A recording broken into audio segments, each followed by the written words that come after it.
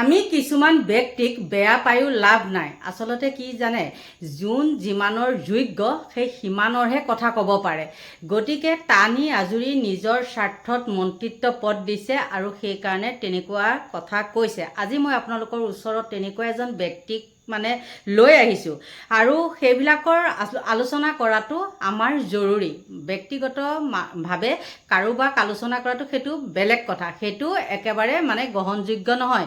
কিন্তু আমি এনেকুৱা ৰাজহুৱা কিছুমান মানুহৰ মুখাখন খোল খুৱাব লাগিব। কাৰণ এনেকুৱা কিছুমান মানুহকে কি কৰিছে, আমাৰ মুখ্যমন্ত্ৰীয়ে মন্ত্ৰিত্ব পদ দিছে। তেনে এজন মন্ত্ৰী হ'ল দৰিয়া। আপোনালোকে গম পায় নহয় দৰিয়া। আৰু সেইজন কোন জানেনে? মন্ত্ৰী পদত থকা কোনো যোগ্যই নাই এনে ব্যক্তিৰ। এজন হেৰিয়ে লিখিছে মানে, বা নিউজতেই হওক বা য'তেই নহওক, আৰু মই নামটো কৈ নিদিওঁ, লিখিছে মানে তেওঁ যুক্তিয়ে নাই। আৰু তেওঁ কি কৈছে জানে, এই বানৰ সংকটৰ সময়ত কিমান মৃতদেহ উদ্ধাৰ হৈছে আপোনালোকেতো গম পায়। তাত কি হৈছে, উজনি অসমত মুখ্যমন্ত্ৰীও গৈছে বান সমস্যাৰ মানে ল'বলৈ, বুজ ল'বলৈ গৈছে। মানুহবিলাকৰ কিমান আলাই আথানি হৈছে, মুখ্যমন্ত্ৰী নিজে গৈ তাত মানে হৈছেগৈ, উপস্থিত হৈছেগৈ। আৰু সঁচাকৈয়ে যিমান যি নহ'লেও কিয়, এইজন মুখ্যমন্ত্ৰীৰ নিচিনা হ'ব পাৰে, তেওঁ কিবা গুণ থাকিব পাৰে, নিজত বেছি গুৰুত্ব দিব পাৰে, কিন্তু এটা কথা ক'ব লাগিব কি, তেওঁ জনসাধাৰণৰ মাজত যি ধৰণে উপস্থিত হৈছেগৈ বা হয়গৈ সকলো মানে সংকটৰ সময়তে, তেওঁক কিন্তু মানিব লাগিব। আজিলৈকে কোনো এজন মানে মুখ্যমন্ত্ৰীৰ ৰেকৰ্ড নাই এওঁ নিচিনাকৈ গৈ উপস্থিত হোৱা। হ'ব পাৰে আমি সমালোচনা কৰিব পাৰোঁ, বেয়াটো দেখিলে সমালোচনা কৰিমেই, কিন্তু আজি যিটো তেওঁ ভাল কাম কৰিছে সেইটোকো আমি কি কৰিব লাগিব, আলোচনা কৰিব লাগিব, বা সমাজলৈ আমি সেইটো বাৰ্তা প্ৰেৰণ কৰিব লাগিব। কিন্তু মই আপোনালোকক দিম মুখ্যমন্ত্ৰীৰ সেই তেওঁ উপস্থিত হৈ পেলাই মানুহখিনিৰ লগত কেনেকুৱা কৰিছে। তাৰ বাদে মই দৰিয়াৰ কথা কৈছোঁ। এই দৰিয়াজনক মুখ্যমন্ত্ৰীয়ে কি যোগ্যতাৰ অনুসৰি তেওঁক দিছে, মন্ত্ৰিত্ব পদ দিছে নাজানো। তেওঁ কি কৈছে জানেনে? মিডিয়াইতো আপোনালোকে জানেই, আৰু মিডিয়া গৈ পেলাই তেওঁক সুধিলে। আচলতে তালৈ যোৱা দেখা নাই দেই, মই এনেই এটাহে দেখিছোঁ। তেওঁ লিখিছে যে মৃত্যুৰ কাৰণ কেৱল বানপানী নহয় বোলে, মানে বানপানী চাবলৈ গৈহে বোলে মানুহবিলাকৰ মৃত্যু হৈছে। এই গজজনে কৈছে। গজ মানে গম পাই নহয়, এইখিনি নকওঁ বাৰু, কিছুমান শব্দ ক'বলৈ বেয়া। যিয়ে নহওক, ভেটাৰ গুজ হ'লেও মানে মুখ্যমন্ত্ৰীয়ে পাতি দিছেতো, গতিকে গজ বুলিয়ে কৈ থ'লেও এইখিনি আৰু নকওঁ। গতিকে তেওঁক সেই দৰিয়াজনে সেই কথাটো কৈছে। আপোনালোকে কওকচোন, এজন দৰিয়া মানে হৈ পেলাই, মন্ত্ৰী হৈ পেলাই সেইবিলাক কথা বাৰু মুখত শোভা পায়নে? হয় বোলে, তেওঁ যদি সেইটো সময়ত মিডিয়াৰ আগত ক'লে হয় বোলে ঠিকেই আছে বাৰু, মই মানি লৈছোঁ। পানী চাবলৈ গৈ পেলাই, হঠাতে অহা বানপানী চাবলৈ গৈ পেলাই মৃত্যু হোৱা কেইটা বাৰু দেখিছে আপোনালোকে কওকচোন? কেইটা ডেড বডি দেখিছে বা নিউজত দেখিছে নেকি? তেওঁ কোনটো মগজে, কোনটো ফালৰ পৰা ক'লে যে বানপানীত মৃত্যু হোৱা নাই, বানপানী চাবলৈ গৈহে বোলে মৃত্যু হৈছে, পানীত পৰি পৰি মৃত্যু হৈছে। ঘৰৰ মুধচত যে আছে, তেওঁ 4টা চকু লগাই পেলাইও দেখা নাই নেকি?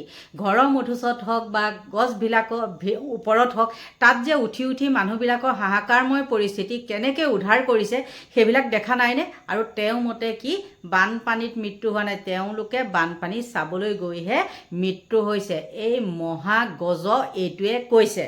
গতিকে আপোনালোকক আৰু কি ক'ম, এনেকুৱা কিছুমান ভেটাৰ গুজ পাতি থৈছে মুখ্যমন্ত্ৰীয়ে, নকৈওহে নোৱাৰোঁ। মানে এইটো সময়ত আলোচনা নকৰিলেও নহয়, সমালোচনা নকৰিলেও নহয়। আপোনালোকে নহ'লে কেনেকৈ জানিব এই ব্যক্তিজনৰ তেওঁৰ মনোভাৱটো আপোনালোকে কেনেকৈ জানিব? গতিকে তেওঁ কি কৰিছে কি নকৰিছে একো গমেই পোৱা নাইকিয়া।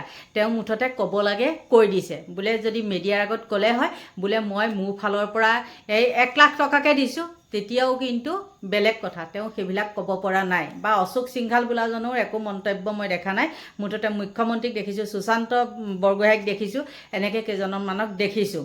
আৰু আজি যেনেকৈ এখন স্কুলত মই দেখিছোঁ, মানে স্কুল মানে আৰু শিবিৰ যে, শিবিৰত মই দেখিছোঁ গৈছে, মুখ্যমন্ত্ৰী গৈছে। আৰু মুখ্যমন্ত্ৰী গৈ পেলাই কি ধৰণে যে মানে আপোনালোকেতো দেখিছেই মাইকী মানুহবিলাকৰ লগত আলোচনা হোৱাটো বেলেগ, সেইটো বাদ কথা, মই সেইটো আপোনালোকক নেদেখাওঁ। কিন্তু কণ কণ সৰু সৰু বাচ্চাবিলাকৰ ওচৰত গৈ তেওঁ ইমান মৰমেৰে কথাখিনি কৈছে, ৰাস্তা ঘাট বনাই দিম বুলি কৈছে। তাতোতকৈ আৰু কি লাগে? এই বিপদৰ সময়ত আমি বদনাম গোৱাতকৈ সংকটৰ সময়ত আমি কি কৰিব লাগিব? উৎসাহ যোগাব লাগিব, যাতে আমাৰ কামবিলাক হৈ উঠে, সেই মানুহখিনি বিপদৰ পৰা মুক্ত হয়। আৰু এইবাৰ এনেকুৱাকৈ হৈছে মানে কোনো কালে নোহোৱা জেগাটো পানী হৈছে। নাজিৰাটো দেখিছোঁ মঠ মন্দিৰ ডুবি গৈছে।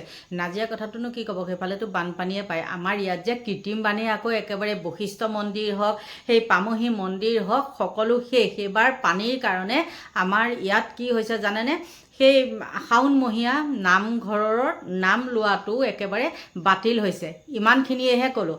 গতিকে পলম নকৰি আপোনালোকক মই মুখ্যমন্ত্ৰীয়ে, দৰীয়াজনৰ কথা বাদ দিলোঁ দেই, সেইজনক বাহিৰ কৰি দিলোঁ, সেইজনক কাম নাই। মুখ্যমন্ত্ৰীয়ে কি ধৰণে সেই কণ কণ শিশুসকলৰ মাজত মত বিনিময় কৰিছে চাই লওক। শিৱসাগৰ জিলাতে এতিয়া প্ৰায় 14জন হৈছে। ইয়াত হৈছে আমাৰ চৰাইদেউত 5জন মান, যোৰহাটতো তেনেকুৱা হৈছে। মানে কিছুমান মানুহ সেই সময়ত ঢুকালে, কিছুমান জেগাত আকৌ এনেকুৱা হৈছে তেওঁলোকে পানী দেখা নাই, চাবলৈ গৈ পেলাই ক'ৰবাত পিছলি পৰিছে। গতিকে কাৰণবিলাক মৃত্যুৰ কাৰণ অকল পানীয়ে উটুৱাই নিছে এইটো নহয়। সেনেকুৱা মই কেইবাঘৰলৈকো গৈছো, নিজে কথা পাতিছো, কিয় গ'ল, কেনেকে গ'ল, আমি যদি ভালকে সোধো তেওঁলোকৰ ঘৰৰ মানুহে কয় নাই পানীটো চাবলৈ গৈছে। উদ্ধাৰ অভিযানৰ সাহায্য ঠিকমতে চলি আছে, সম্পূৰ্ণ ভালকে চলি আছে। Thank U.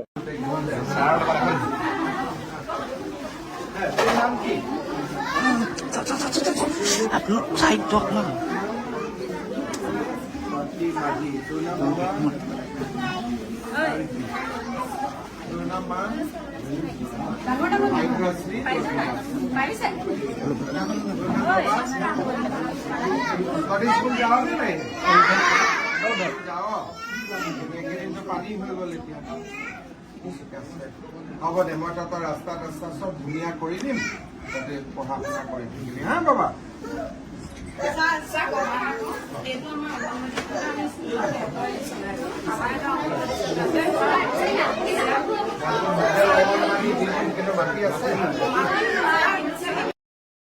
আপোনালোকে নিশ্চয় দেখিলে সেই মুখ্যমন্ত্ৰীজনে কণ কণ বাচ্চাখিনিৰ লগত কেনেকৈ মত বিনিময় কৰিছে।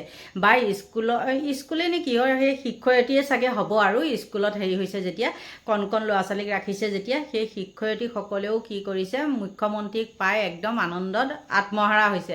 গতিকে বন্ধু বান্ধৱীসকল, এইখিনিয়ে আছিলে ক'বলৈ। আৰু এইখিনি কথাকে ক'লে তেতিয়া মোক মিয়ানি বুলি কৈছিলে, আৰু এতিয়া মোক কয় কি বিক্ৰী গ'ল নেকি? মই বিক্ৰী যোৱা নাই, যিকেইটা এইকেইটাই দেখিছোঁ সেইটোহে মই আপোনালোকৰ ওচৰত প্ৰকাশ কৰিছোঁ।